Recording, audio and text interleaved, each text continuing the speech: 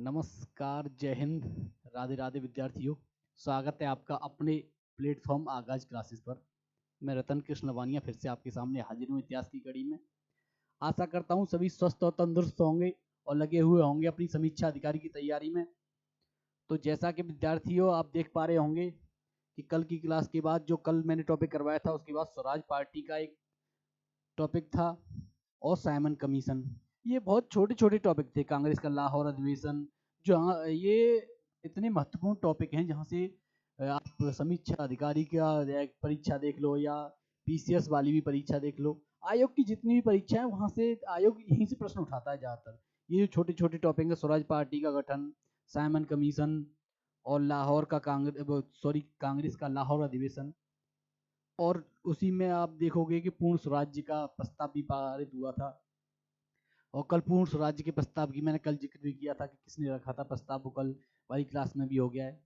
तो मेन सबसे पहले अगर हम आए स्वराज पार्टी पर, तो स्वराज पार्टी की जब चर्चा होगी, या स्वराज पार्टी की मैं आपको बताऊं, अगर हम डालें स्वराज पार्टी, और स्वराज पार्टी से भी पहले अगर हम पृष्ठभूमि में जाएं तो गांधी जी के अगर आप देखोगे कि असहयोग आंदोलन की वापसी के बाद, कल जब असहयोग आंदोलन मैंने आपको बताया था कि असहयोग आंदोलन की वापसी के बाद मेन अगर हेडिंग हम दें तो यहाँ पे मैं आपको समझाने के लिए असहयोग आंदोलन, सहयोग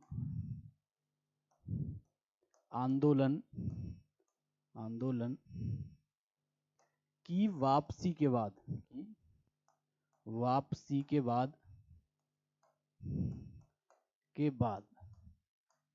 अगर ये हम हेडिंग दें तो इसके बाद आपको कांग्रेस में, या मेन जो गांधी की विचारधारा को जो मानते थे उनमें, या गांधी जी भी नहीं बोल सकते, अगर सीधे सीधे हम कांग्रेस की ही बोलो तो कांग्रेस के असहयोग आंदोलन की वापसी के बाद जो कांग्रेस में दो गुट नजर आएंगे आपको, एक परिवर्तनवादी, एक अपरिवर्तनवादी। एक परिवर्तनवादी थे, परिवर्तनवादी,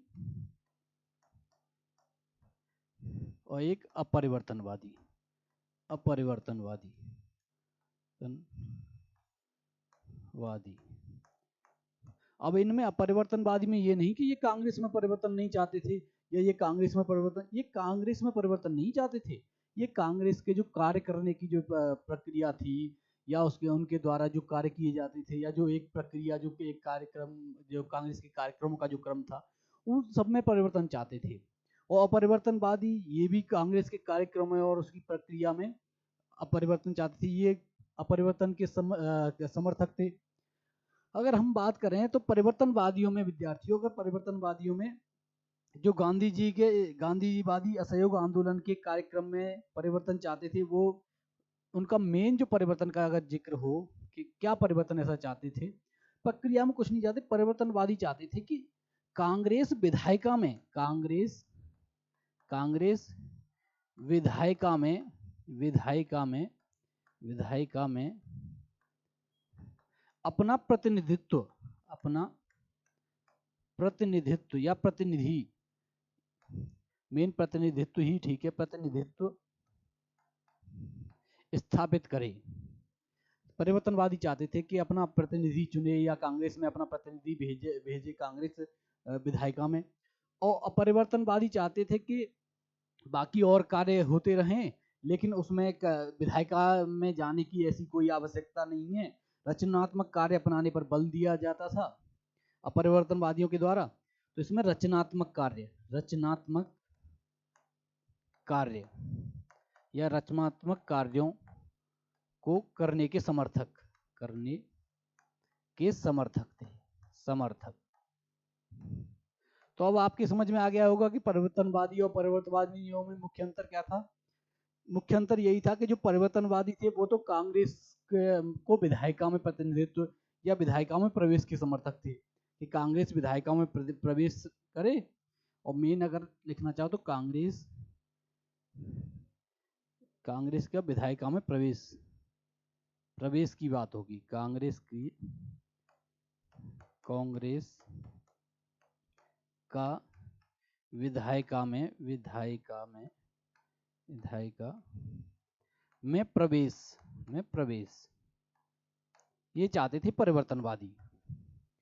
तो विद्यार्थियों परिवर्तनवादी प्रवेश चाहते थे। अपरिवर्तनवादी वो प्रवेश नहीं चाहते थे, वो चाहते थे कि जैसा चल रहा है कार्यक्रम वैसा चलता रहे, बस रचनात्मक कार्यों पर थोड़ा बल दिया जाए कांग्रेस के द्वारा। तो जो अपरिवर्तनवादी थे उसमें भी कुछ अपरिवर्तनवादी में नाम भी होंगे कुछ नेताओं के, और परिवर्तनवादी में भी नाम होंगे।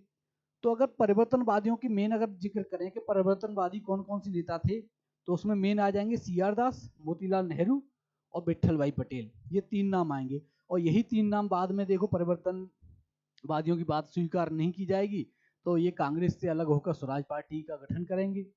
तो कौन कौन से नाम आए? सी आर दास, मोतीलाल नेहरू, और तीसरे हैं विद्यार्थियों विट्ठल भाई पटेल।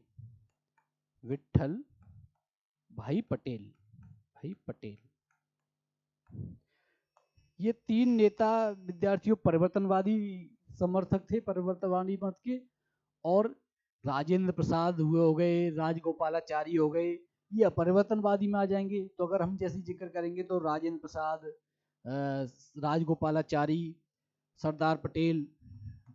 अगर आप परिवर्तनवादी में देखें तो राजेंद्र प्रसाद, सरदार पटेल और तीसरा अगर जिक्र करें राजेंद्र प्रसाद सरदार पटेल के बाद तो राजगोपालाचारी।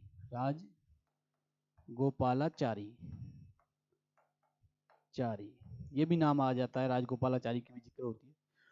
तो अब ये सब समझाने का मेरा मेन मकसद ये था विद्यार्थियों कि आपको पृष्ठभूमि समझनी है कि स्वराज पार्टी का जो गठन हुआ आखिर क्यों किया गया। इसलिए किया गया क्योंकि जो परिवर्तनवादी जो चाहते थे कि कांग्रेस का विधायिका में प्रवेश हो, उस मत को स्वीकार नहीं किया गया क्योंकि अपरिवर्तनवादियों ने विरोध किया। और जब उसको स्वीकार नहीं किया गया तो कांग्रेस से अलग होकर सी आर दास, मोतीलाल नेहरू, विट्ठल भाई पटेल तीनों ने स्वराज पार्टी का गठन किया और स्वराज पार्टी की स्थापना की। और जिसमें आप देखोगे कि सचिव नियुक्त होंगे, अब मेन तीन आ जाएंगे, तो उसमें अध्यक्ष सी आर दास और सचिव मोतीलाल नेहरू, ऐसे अलग अलग पदों पर इन्हीं तीनों नेताओं के नाम आएंगे। तो ये मैंने आपको समझाने के लिए कि पृष्ठभूमि जैसे जिक्र होता है कि पृष्ठभूमि क्या रही। तो मेन अब हम सीधे पीपीटी पे अपनी पे आ जाते हैं और शुरुआत करते हैं। स्वराज पार्टी का गठन 1923 ईस्वी में हुआ था। और एक और जैसे जिक्र करूं मैं तो 1923 में जैसे स्वराज पार्टी का गठन होगा और उसके बाद फिर साइमन कमीशन आएगा 27-28 में। और साइमन कमीशन क्या था इसके बाद जैसे जिक्र करेंगे कि 1919 का जो अधिनियम था, भारत शासन अधिनियम, उसको बनाते समय ब्रिटिश सरकार ने कहा था कि हम 10 वर्ष बाद इसका रिव्यू या इसकी समीक्षा करने के लिए एक अधिनियम लेके आएंगे। लेकिन 10 वर्ष बाद न होकर उससे 2 साल पहले ही साइमन कमीशन का गठन किया गया। तुरंत साइमन कमीशन, तो वो सब मैं बताऊंगा। साइमन कमीशन में सारे सदस्य ब्रिटिशर्स थे या अंग्रेज थे या गोरे थे, इस वजह से उसका विरोध किया गया। तो अलग अलग इसके बाद ही साइमन कमीशन की चर्चा है। मेन बस मैं आपको समझाने के लिए ये कह रहा हूँ कि स्वराज पार्टी 1923, साइमन कमीशन 1927-28 में, उसके बाद नेहरू रिपोर्ट आएगी वो 29 में आएगी। और नेहरू रिपोर्ट के बाद जब चर्चा होगी, जैसी चर्चा होगी तो उसमें आप देखोगे कि गांधी की 11 सूत्री मांगे आ जाएंगी, वो 1930 में जिक्र होता है। तो हम स्वराज पार्टी पर वापस आते हैं विद्यार्थियों। असहयोग आंदोलन की असफलता के बाद चित्तरंजन दास, वही सी आर दास विद्यार्थियों, सी आर दास ने कांग्रेस पार्टी अध्यक्ष पद, ये अध्यक्ष भी थे, अध्यक्ष पद से इस्तीफा देकर मोतीलाल नेहरू के साथ मिलकर 1923 में स्वराज पार्टी का गठन किया। 1923 में स्वराज पार्टी की स्थापना की। इसका मुख्य उद्देश्य चुनावों के माध्यम से काउंसिलों में प्रवेश कर तथा उन्हें काम न करने देकर 1919 के भारत शासन अधिनियम का उच्छेदन करना। उच्छेदन मतलब उसे रद्द करवाना या उसका विरोध करना। उच्छेदन करना, विरोध करना या रद्द करवाना। उच्छेदन मेन रद्द ही होता है, उसे नष्ट करवाना, उच्छेदन। तो अभी मैंने जस्ट आपको समझाया था, इसीलिए मैंने सिनॉप्सिस बना के समझाया। सी आर दास इसके अध्यक्ष, मैंने अभी बताया था कि सी आर दास अध्यक्ष बने थे। मोतीलाल नेहरू इसके महासचिव तथा श्रीनिवास आयंगर, एनसी केलकर एवं विट्ठल भाई पटेल अन्य प्रमुख नेता थे। तो मेंस अगर उसमें देखा जाए स्वराज पार्टी के नेताओं में, तो आपको 3 याद रखने हैं, CR दास, मोतीलाल नेहरू और विट्ठल भाई पटेल। तीनों पर आप ध्यान रखना। अध्यक्ष कौन थे? CR दास थे, महासचिव मोतीलाल नेहरू थे और विट्ठल भाई पटेल, NC केलकर और श्रीनिवास अयंगर यह सदस्य थे, यह अन्य प्रमुख नेता थे। स्वतंत्रता पूर्व जिन्ना ने केंद्रीय विधानसभा में स्वराज पार्टी का समर्थन किया। यह एक प्रीवियस ईयर में आया हुआ विद्यार्थी प्रश्न है, तो आप इस पर ट्रिपल स्टार लगा लीजिए, लगातार पूछता है ऐसे प्रश्न। CR दास को देश बंधु के नाम से भी जाना जाता है, ये कई बार पूछा गया है, यूपीपीसीएस में भी पूछा गया है और आपकी परीक्षा समीक्षा अधिकारी में भी पूछा गया है कई बार, तो इस पर भी ध्यान रखना। इस पर भी विद्यार्थियों ट्रिपल स्टार लगा लीजिए, ये भी बहुत महत्वपूर्ण प्रश्न है। जैसे ही हम आगे बढ़ेंगे विद्यार्थियों, ये रहा CR, जैसे स्वराज पार्टी का मैंने आपको एक बहुत आसान तरीके से आपको समझाया। इसके बाद जैसे ही हम आएंगे तो CR दास की चर्चा होगी। CR दास ने कहा कि स्वराज आम जनता के लिए नहीं होना चाहिए, केवल वर्गों के लिए नहीं होना चाहिए, आम जनता के लिए भी होना चाहिए विद्यार्थियों। तो ये एक बार पूछा गया है, सिर्फ एक बार, ये प्रीवियस ईयर का प्रश्न है, ये एक बार पूछा गया है कि यह किसने कहा। तो जब एक बार पूछा गया तो एक बार पूछ सकता है, तो दूसरी बार भी पूछ सकता है विद्यार्थियों, तो आप इस पर भी ध्यान रखना, ये भी महत्वपूर्ण है। अब आगे हम अगर बढ़े तो आप देखोगे कि 16 दिसंबर 1922 को इंडिपेंडेंस पार्टी बनाने का निर्णय मदन मोहन मालवीय और मोतीलाल नेहरू ने लिया था। सेंट्रल लेजिस्लेटिव असेंबली का प्रथम भारतीय अध्यक्ष या स्पीकर विट्ठल भाई पटेल को बनाया गया 1925 में। यह इस पे विद्यार्थियों में 4 स्टार लगाऊंगा। ये लगभग पेपर में बहुत ज्यादातर आने की संभावना है कि सेंट्रल लेजिस्लेटिव असेंबली का प्रथम भारतीय अध्यक्ष कौन बना? विट्ठल भाई पटेल। किस सन में बने? 1925 में। तो ये आप ध्यान रखना, ये बहुत महत्वपूर्ण प्रश्न है। कांग्रेसी नेताओं द्वारा मॉन्टेग्यू चेम्सफोर्ड सुधार की निंदा करने पर कई नरमपंथियों ने पार्टी को छोड़कर इंडियन लिबरल फेडरेशन पार्टी का गठन किया। यह भी महत्वपूर्ण है विद्यार्थियों। इसके बाद जैसे ही हम आएंगे तो ये रहा स्वराज पार्टी का जिक्र हुआ। इसके बाद मैंने 3 टॉपिक एक ही क्लास में कर दिए, क्योंकि छोटी छोटी टॉपिक थे, ज़्यादा छोटी क्लास हो जाती तो मैं सोच रहा हूँ कि लगभग 20-15 या 20 मिनट की तो लगभग क्लास हो, छोटी रहेगी लेकिन इतनी भी नहीं कि 2-4 मिनट की क्लास करो। इसके बाद ये स्वराज पार्टी का छोटा टॉपिक था। उसके बाद जैसे ही आ जाएंगे पूरा का पूरा, तो उसके एक उसमें बस एक सेकंड, थोड़ा फ़ोन साइलेंट करना भूल गया मैं, तो वो मैं कर देता हूँ। हाँ, तो विद्यार्थियों हम कहाँ थे? हम स्वराज पार्टी पर थे, स्वराज पार्टी की चर्चा थी। स्वराज पार्टी की होने के बाद हम दूसरा टॉपिक आ जाएंगे, ये भी छोटा टॉपिक ही है, साइमन कमीशन, जो 1927 में भारत आप कह सकते हो भारत आया, साइमन कमीशन भारत आया। यह भारत शासन अधिनियम 1919 की समीक्षा के लिए या रिव्यू के लिए ब्रिटिश सरकार ने बोला था कि हम 10 वर्ष बाद इसकी समीक्षा के लिए एक आयोग गठित करेंगे और इसकी समीक्षा करवाएंगे कि क्या पॉजिटिव हुए और क्या नेगेटिव असर पड़े या इफेक्ट नजर आए। तो विद्यार्थियों, ऐसी क्या जरूरत पड़ गई कि 10 साल बाद न हो, साल पहले ही इसे 1929 से 1929 में होती 10 वर्ष, लेकिन 2 साल पहले ही साइमन कमीशन को लाया गया। क्योंकि जो आप कह सकते हो ब्रिटेन में चुनाव होने वाले थे और चुनावों में उसे साफ दिख गया कि इस बार मेरी पार्टी की हार होने वाली है, तो उसने तुरंत आप कह सकते हो कि शीघ्र एक कमीशन बनाया 2 साल पहले ही, और उसका रिव्यू वो करने के लिए उसमें साइमन की अध्यक्षता में एक कमीशन गठित किया गया था विद्यार्थियों। तो अगर हम इस पे सीधे आए तो आप देखोगे कि 1927 में साइमन कमीशन, या इसका जो नाम था भारतीय सांविधिक आयोग, और भारतीय सांविधिक आयोग भारतीय शासन अधिनियम 1919 की समीक्षा के लिए लाया गया था, उसी को साइमन कमीशन बोला गया। साइमन कमीशन क्यों बोला गया? क्योंकि साइमन की अध्यक्षता में गठित किया गया था, यह 5 सदस्यीय आयोग था और सारे के सारे सदस्य ब्रिटिशर्स थे, तो इसे श्वेत कमीशन बोला गया विद्यार्थियों। अगर आम भाषा में अगर मैं बताऊं, जिसका जिस तरीके से बोला विरोध किया गया, तो एक श्वेत कमीशन के नाम से भी इसे जाना जाता है, तो इसको भी आप ध्यान रखना। 1927 में साइमन कमीशन या भारतीय सांविधिक आयोग की नियुक्ति तत्कालीन कंजर्वेटिव ब्रिटिश प्रधानमंत्री स्टैनली के द्वारा की गई। आयोग में कुल 7 सदस्य थे। यह आयोग 3 फरवरी 1928 को भारत पहुंचा, या भारत में भी अगर जगह का नाम पूछे तो आपको बंबई लगाना है, भारत में बंबई आया। इसमें कोई भारतीय सदस्य नहीं था, कोई भारतीय सदस्य नहीं था विद्यार्थियों, इसीलिए इसे श्वेत कमीशन बोला गया। अभी मैं जस्ट आपको समझा ही रहा था कि श्वेत कमीशन भी कहा जाता है, तो इसे श्वेत कमीशन बोला गया।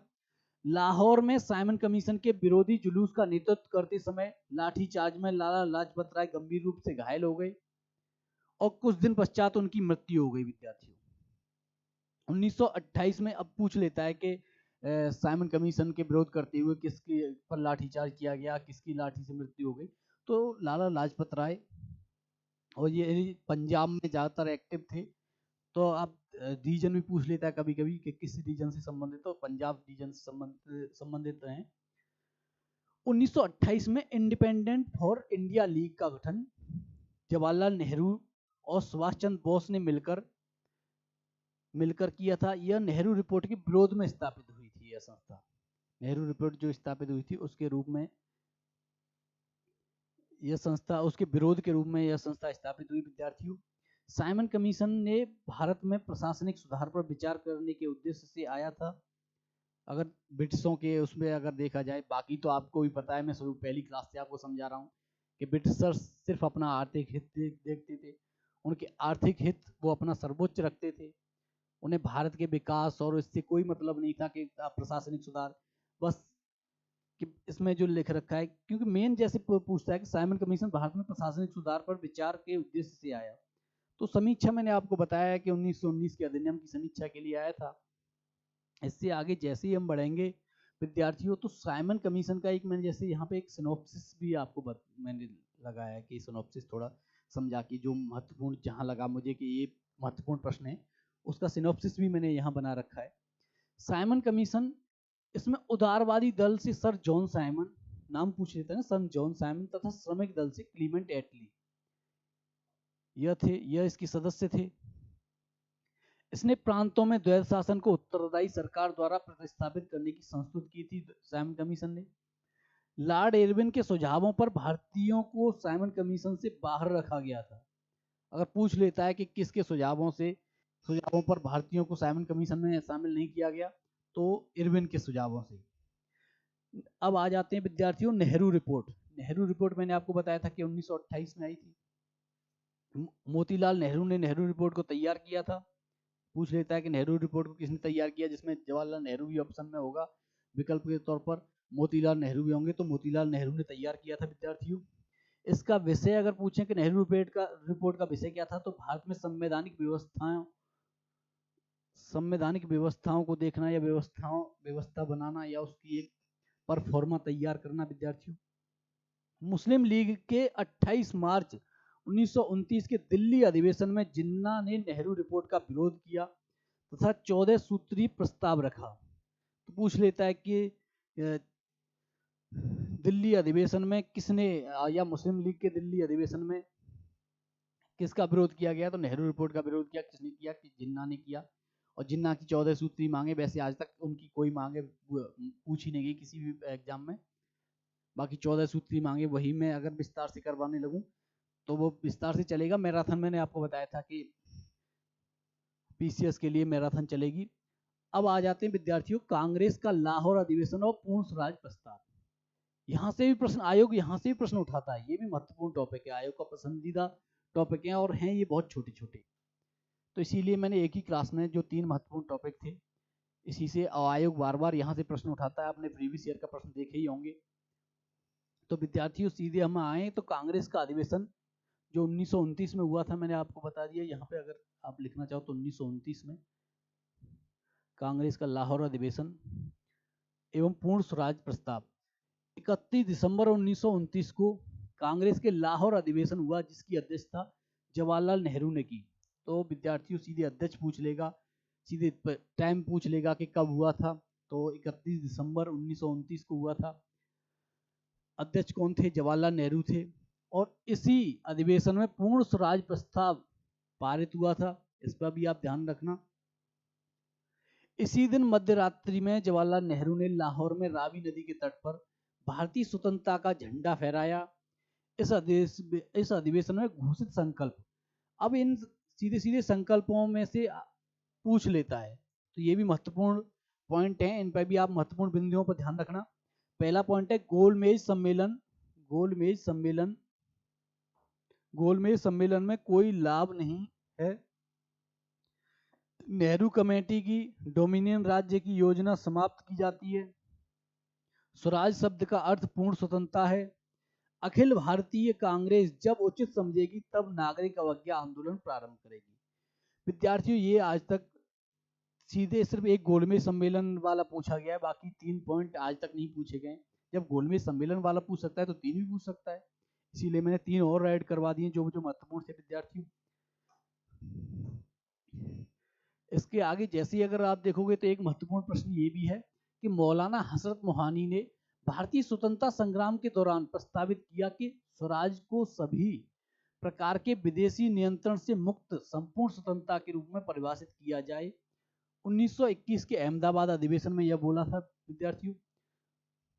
तो ये भी जो पॉइंट है, ये मैंने प्रीवियस ईयर से मैंने बताया था कि प्रीवियस ईयर प्रश्नों को भी मैं वहाँ से भी पॉइंट आपको जो महत्वपूर्ण पॉइंट हैं वो सब इसमें ऐड कर रहा हूँ। तो मैं लगातार आपको बताता भी चल रहा हूँ कि कौन कौन सा प्रीवियस ईयर प्रश्न, ये भी प्रीवियस ईयर प्रश्न ही है जो एक बार पूछा गया विद्यार्थियों। तो जो मुझे लग रहा था कि ये जो महत्वपूर्ण है बाकी सब ऐड करवाएं, बाकी मुझे अनुमानित भी लगा। और कोशिश करूंगा अगर टाइम मिला तो एक हिंदी की भी मैराथन या हिंदी की प्रीवियस ईयर की मैराथन आपको हिंदी के प्रश्नों की ले लूं। अगर पूरा मतलब पूरी तरीके से अस्वस्थ होकर आपको आश्वस्त नहीं कर रहा, लेकिन अगर टाइम मिला तो कोशिश करूंगा कि आपको हिंदी की भी एक मैराथन प्रीवियस ईयर की उपलब्ध करवाई जाए। आगे आप देखोगे विद्यार्थियों तो कांग्रेस ने पहली बार भारत की स्वतंत्रता या पूर्ण स्वराज्य का प्रस्ताव दिसंबर 1929 को लाहौर अधिवेशन में पारित किया। यह वही है जो अभी मैंने आपको करवाया था, पूर्ण स्वराज्य के प्रस्ताव की चर्चा हुई थी। तो ये 3 टॉपिक मैंने आपको करवाए विद्यार्थियों। अभी जो जो महत्वपूर्ण टॉपिक थे वही मैंने अभी करवाए। पहला स्वराज पार्टी, दूसरा साइमन कमीशन और तीसरा कांग्रेस का लाहौर अधिवेशन। तो यहाँ से आयोग लगभग बार बार प्रश्न उठा रहा था, तो इसीलिए मैंने एक ही क्लास में जो महत्वपूर्ण टॉपिक थे वो ऐड करवाए। तो मिलते हैं फिर कल विद्यार्थियों नए टॉपिक के साथ। जय हिंद, राधे राधे विद्यार्थियों।